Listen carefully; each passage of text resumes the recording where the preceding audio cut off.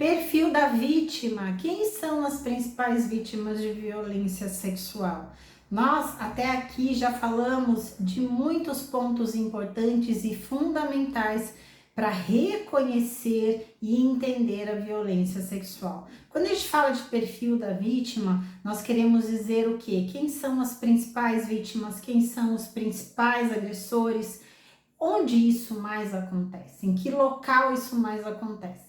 Então, vou iniciar aqui com vocês com com essa tabelinha. A fonte é o Disque 100, ou seja, Disque Direitos Humanos, que trata de várias questões relacionadas aos direitos humanos, como racismo e outras formas de violência, inclusive a violência sexual contra crianças e adolescentes. O que diz aqui? Que as mulheres representam 88% dos casos denunciados. Menores de 14 anos, 78%. Domicílio é o local onde mais isso acontece. Domicílio representa o quê? Casa da vítima, casa do agressor, casa de ambos.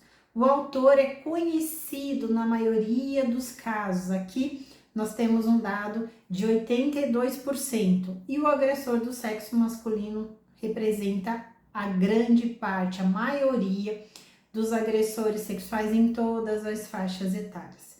Dependendo da fonte de dados que a gente pegue, pode ter uma diferença entre essas porcentagens, mas sempre há predominância dessas informações que eu estou passando aqui para vocês. Mulheres são as principais vítimas porque a violência sexual ela é reconhecidamente uma violência de gênero, em que as mulheres são as principais vítimas em todas as fases da vida. Quando eu falo em todas as fases da vida, eu estou falando de 0 a 100, 0 a 100 mais, ou seja, bebês, crianças, adolescentes, mulheres adultas, idosas, enfim. Essas são as principais vítimas de violência sexual, por questões históricas, culturais, questões relacionadas ao machismo, ao patriarcado e tudo isso que influencia a percepção do corpo, né, em relação ao feminino, a percepção do outro em relação ao corpo feminino como propriedade, que por muitos e longos anos realmente era reconhecido como propriedade. O corpo feminino era negociado, era trocado, era vendido, era visto como um benefício econômico. Menores de 14 anos quer dizer o que pra gente? Que inclui a fase inicial da vida, recém-nascidos, bebês das mais diferentes idades, crianças e pessoas no início da adolescência. Essas são as principais vítimas de violência sexual no nosso país. Diferente do que possamos imaginar, que existe mesmo uma imagem pré-formada relacionada aos crimes de estupro, por exemplo, que é a mulher adulta sendo abordada em via pública pelo desconhecido, na verdade, não representa a maioria dos casos denunciados.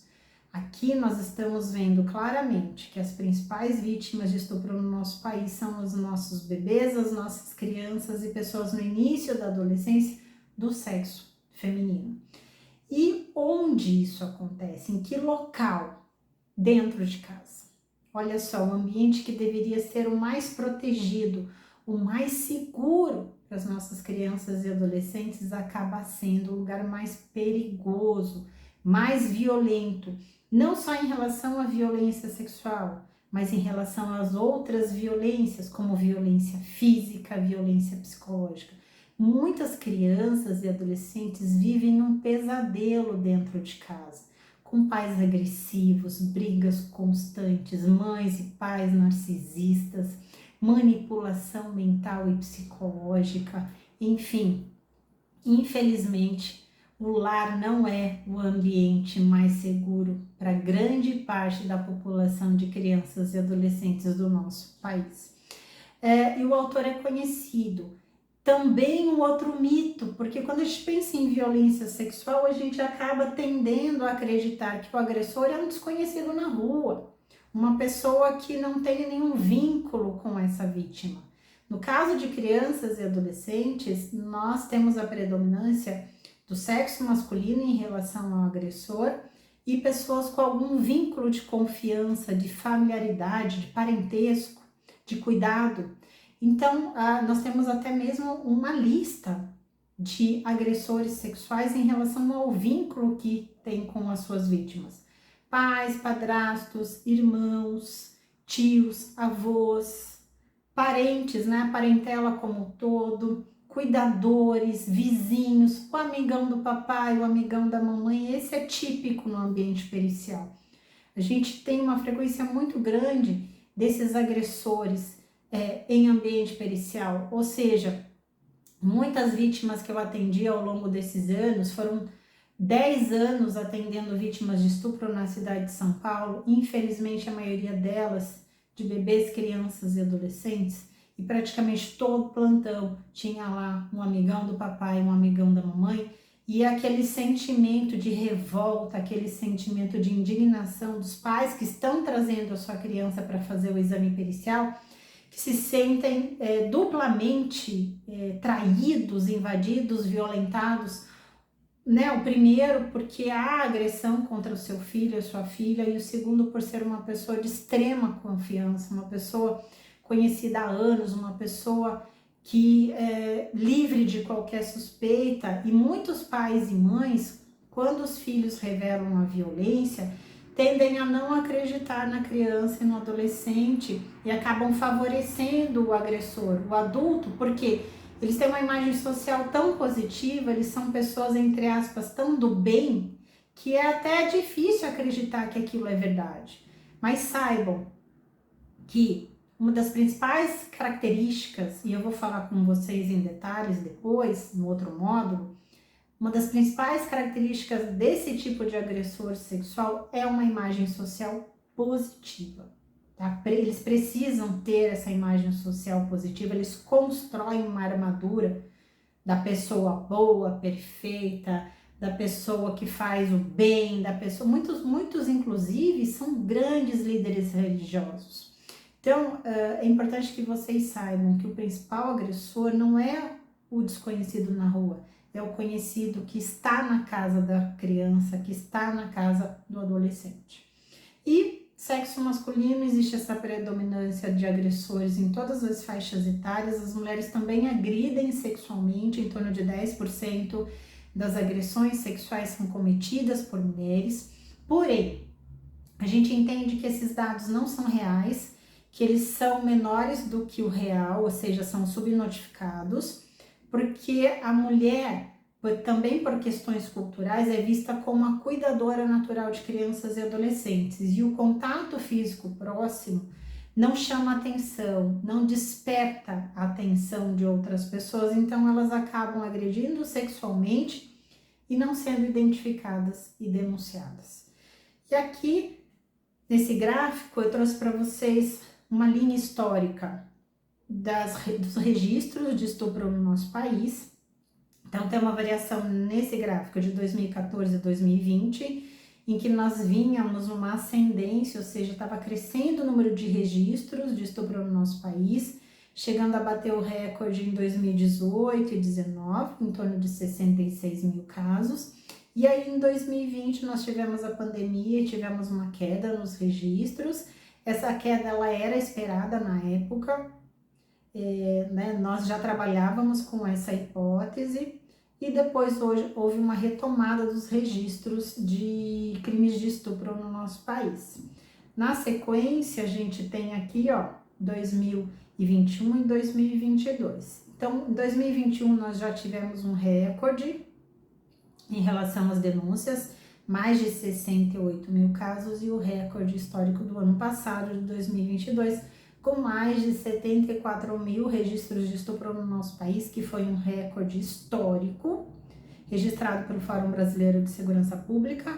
O Fórum Brasileiro de Segurança Pública é um órgão que traz as estatísticas de todas as violências no nosso país e disponibiliza esses dados de forma gratuita, acessível a todas as pessoas através do seu site, Fórum Brasileiro de Segurança Pública.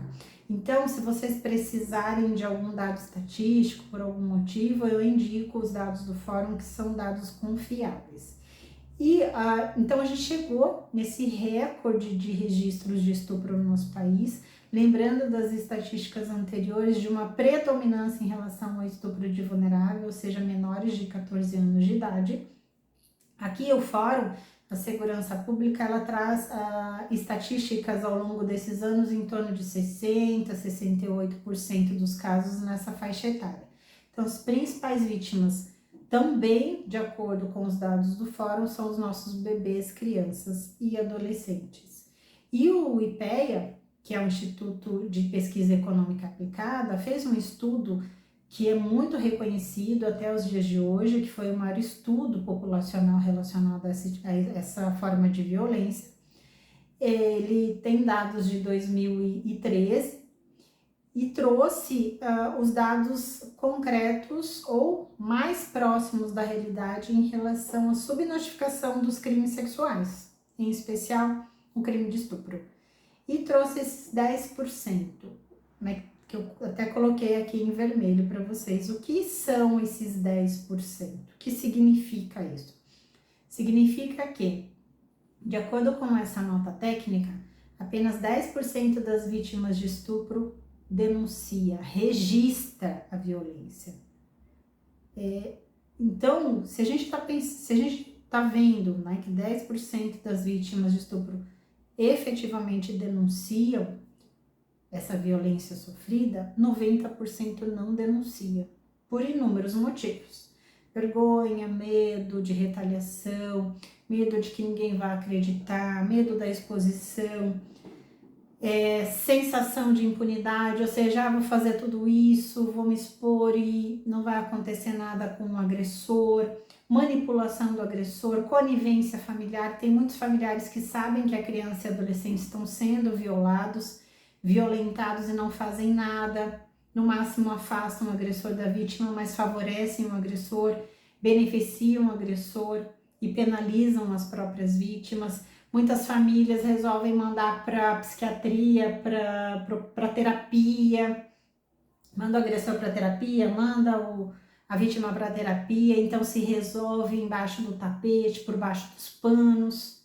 E isso só fortalece o agressor, que se sente protegido e entende o quê? Bom, minha própria família está passando pano para mim. Minha própria família não vai me denunciar, então posso continuar fazendo o que eu quero. Então, tudo isso é motivo para não denunciar. Então, quando a gente olha para esses números do Fórum Brasileiro de Segurança Pública e outras fontes de dados, nós entendemos o quê? Que de cada 10 estupros que acontecem no nosso país, a gente fica sabendo de um só. Então, por isso que é tão importante investir em prevenção, em informação de qualidade, em estímulo à denúncia, fortalecer as instituições para que recebam essa denúncia e efetivamente investiguem e penalizem um agressor. Então, tudo isso tem mudado a percepção social dos crimes de estupro, em especial, e tem feito com que as vítimas se sintam mais seguras para denunciar, porque não é fácil denunciar. Quando uma vítima consegue denunciar, ela passou por vários obstáculos para estar ali. Por isso que a gente tem que valorizar essa denúncia e proteger essa vítima o máximo que a gente puder. E nesse caso, né, quando a gente olha para números e estatísticas, nós temos que ter esse olhar crítico, entender que é uma violência muito frequente, mas que nós temos um trabalho muito árduo e grande ainda para fazer com que esses números aumentem. Então, quando a gente olha para um dado estatístico dizendo que, olha, batemos o recorde de registros de estupro ano passado, não significa necessariamente que a violência aumentou, mas muito possivelmente que as vítimas estão conseguindo denunciar. As vítimas estão chegando, as vítimas estão entendendo que é importante denunciar e que a palavra dela, que o relato dela vai ser considerado, que não vai ser desqualificado automaticamente, que ela pode denunciar. Então, essa é uma mudança social muito grande em relação à violência sexual, que por tanto tempo tem sido naturalizada. O corpo feminino tem sido visto como objeto de consumo, não só o feminino, mas como o infantil.